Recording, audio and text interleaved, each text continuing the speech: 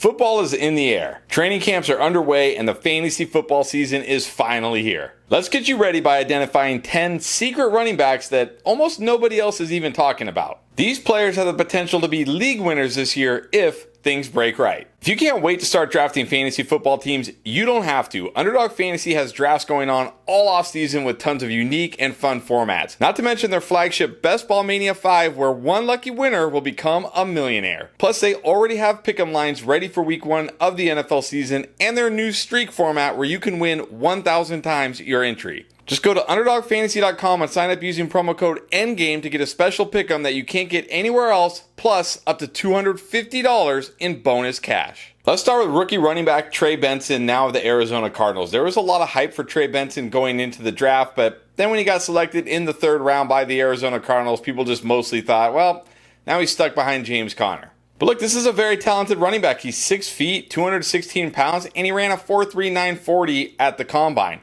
Not to mention he was highly productive in college as well. And when you look at James Conner, he's a 29-year-old running back who has only played more than 13 games in a season one time in his entire career. So sure, Trey Benson may enter the season as the number 2 running back behind James Conner. But if James Conner misses time, which he's done every year of his career, Trey Benson is going to be asked to be the 3-down workhorse running back in what should be one of the best, most fantasy-friendliest offenses in 2024, the Arizona Cardinals. Not to mention, as the season goes on, I truly think this becomes more of a 1A, 1B. If you think back a couple years ago, this kind of feels very similar to Leonard Fournette and Rachaad White. Remember Leonard Fournette coming off a very nice season with the Buccaneers. They drafted Rachaad White in the 3rd round.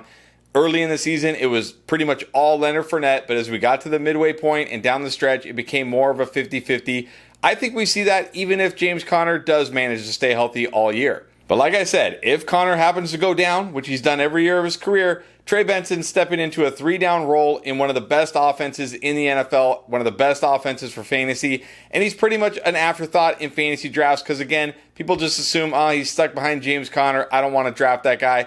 But I think he's a guy you should definitely have on your bench because not only does he have elite upside if something happens to Conner, but I think as the season goes on, he's going to be a valuable starting piece as a flex, even with Conner healthy. Going into last season, Zach Charbonnet had all sorts of hype built up after the Seahawks shockingly took him in the 2nd round of the 2023 NFL draft. That unfortunately, his role never was more than just like a change of pace back. Only saw 37% of the opportunities in that Seattle backfield last year. But now we got a whole new coaching staff here, and that could mean an extended role for Charbonnet. At a minimum, we know he has a pass-catching role. Kenneth Walker, not a pass-catching back, and that was something Charbonnet did exceptionally well in college and even last year. And last year at Washington, new offensive coordinator of the Seahawks, Ryan Grubb, targeted running backs at a 15% rate. And you go back to 2021 when he was at Fresno State, that number was 17%. He will utilize running backs out of the backfield in the passing game, and that is good news for Charbonnet. And as we saw last year, if Kenneth Walker does go down and miss time, Charbonnet is the type of guy that can handle a 3-down role. He's got the size, he's got the juice, he's got the pass catching, he can do it. But even if Kenneth Walker manages to stay healthy all year, Charbonnet is still one of those running backs I love to draft late because he's the type of guy where it's the middle of the season, you're getting hit by bye weeks and injuries, you can plug him in and you know he's going to have enough of a role to give you like flex, low-end RB2 value. But if Kenneth Walker goes down, he has a chance to give you RB1 value and be a league winner for your fantasy team. Now, we had a lot of change at running back in the offseason. One of the biggest changes was Joe Mixon going to Houston, which has opened the door for Zach Moss, who Cincinnati signed, but also for 2nd-year running back Chase Brown. With these two guys really being the only running backs of any consequence on the roster, there is a path for Chase Brown being more than just the 1B running back, as many people think he will be. I mentioned in a video a while back, I compare Chase Brown to Devon Achane light in the sense that he's not as fast as Devon Achane, but he's much bigger than Devon Achane. But when you look at it last year, Chase Brown had a breakaway run that's a run of over 15 yards on 9.1% of his carries. To put that in perspective, Achane was at 12%. So not a big difference here between these guys. Both these guys, big-time home run hitters. The difference is Achane is 190 pounds, Chase Brown is 209. He also had a 93rd percentile college dominator rating, which means he can handle a workhorse role. And if you pay attention to coach speak this time of year, both head coach Zach Taylor and the GM have really been talking up Chase Brown, saying they see an expanded role for him. And if you read between the lines, they're almost kind of hinting that maybe Chase Brown is going to be the 1A, not Zach Moss. But even if he isn't, this is a guy who can hit a home run anytime he touches the ball. He has pass catching upside, and I think at worst he's going to be the 1B to Zach Moss's 1A. I don't think this is going to be clearly Zach Moss or anything like that.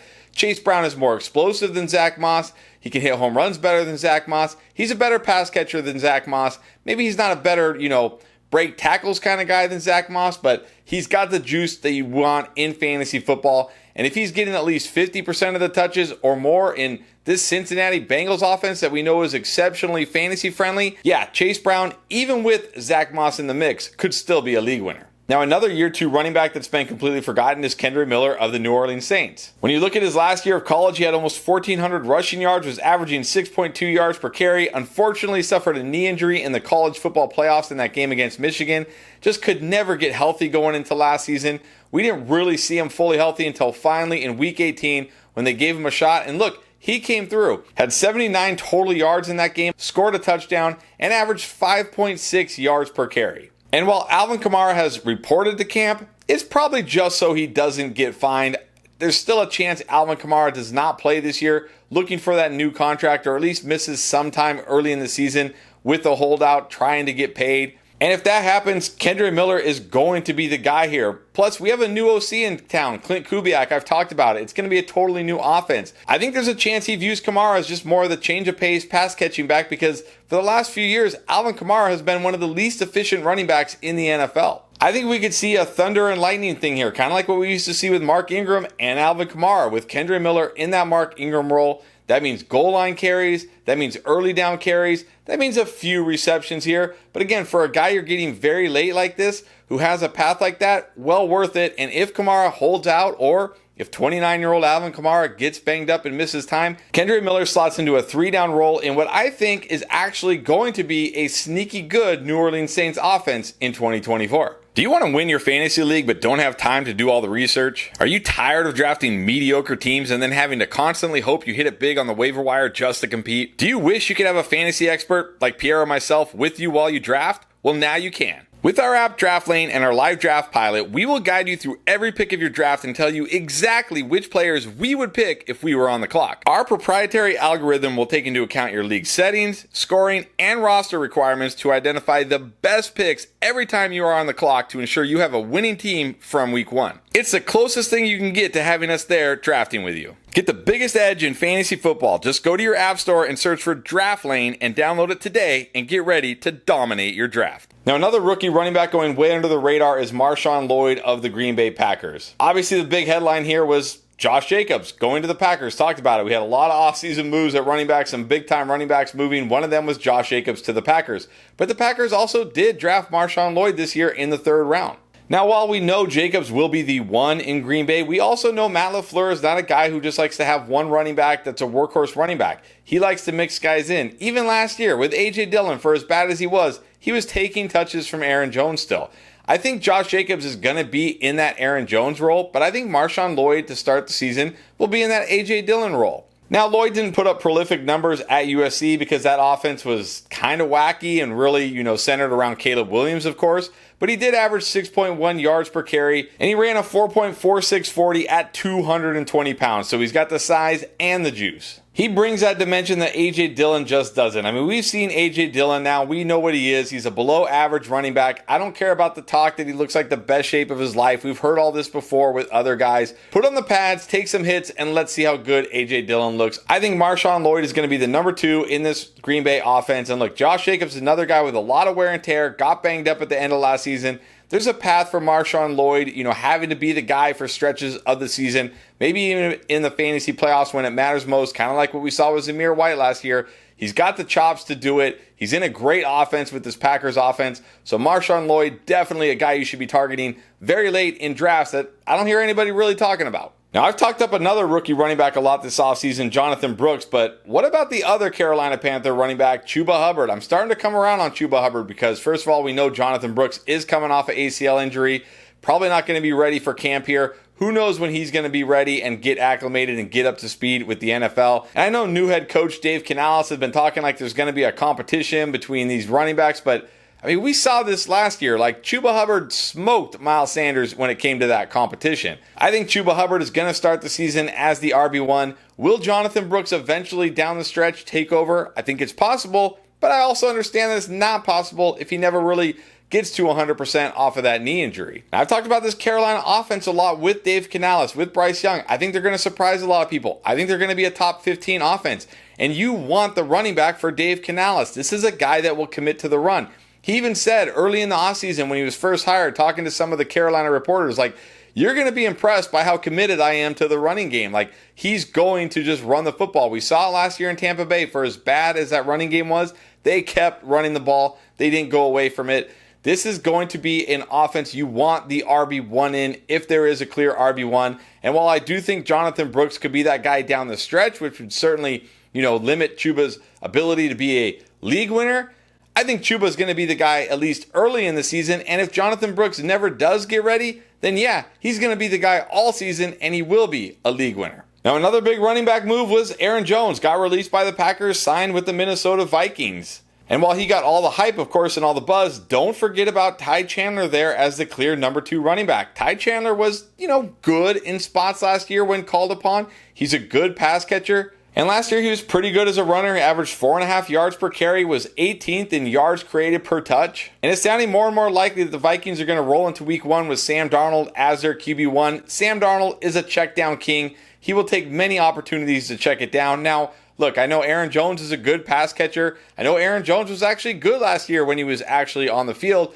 But at the same time, the risk is real for Aaron Jones. He's going to be 30 years old. We saw last year with guys like Austin Eckler, Dalvin Cook. When the dust hits, you just become dust as a running back. Like, it can just hit you at any moment and suddenly you're dust. Maybe this is the year for Aaron Jones. Maybe not. But if it is, Ty Chandler is going to have to take on a bigger role here because when you look behind him, there's really nobody. You've got Kiki Ngannou, which I'm sure I butchered his name. I'm sure you're going to let me know in the comments how badly I butchered that. And Myles Gaskin. Not worried about either of those guys. It's going to be Aaron Jones as the 1, Ty Chandler as the 2, and of course, Aaron Jones, only 11 games last year, repeatedly banged up, has missed games every year of his career. If he misses time or he just does turn into dust, they're going to need Ty Chandler more, and he has the goods to deliver. So another guy I like very late that nobody's really talking about. And now with CMC being a total stud and the number 1 overall pick, it's easy to discount the other 49ers running backs, but why do we keep discounting Elijah Mitchell every year? This guy has been great when given the opportunity in this 49ers offense. In games where he's played at least 50% of the snaps, he's finished as a top 15 running back on the week in 9 of 13 games. I still think he's clearly the number 2 behind Christian McCaffrey. I know they drafted Isaac Guerendo, but I don't think he's a threat here.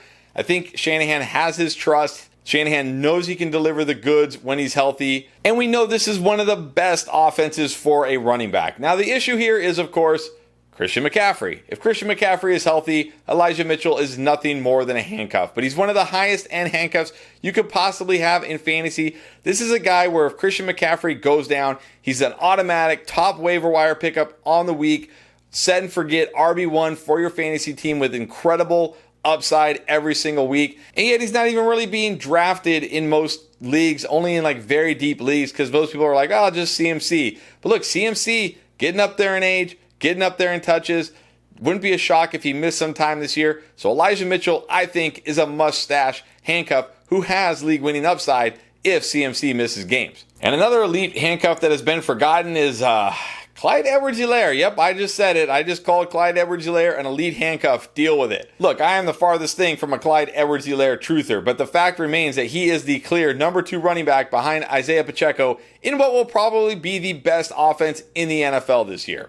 And sure, when you look at Clyde Edwards-Helaire, the player, he's been a total bust compared to where he was drafted in the first round by the Chiefs. But when you look at him as a fantasy player, he's been all right. In the 15 games he played as a rookie, he was a top 12 running back 4 times and a top running back 7 times. So it wasn't like he was terrible. And at this moment, Jerick McKinnon is unsigned and probably won't be signed. And the only other running backs on the roster are Deneric Prince and Keontae Ingram. I'm not worried about those guys at all. The Chiefs are a team gunning for another Super Bowl. If Pacheco misses time or goes down, it's going to be Clyde Edwards-Helaire. He knows the system. He has the trust of the coaches. He has the trust of Patrick Mahomes.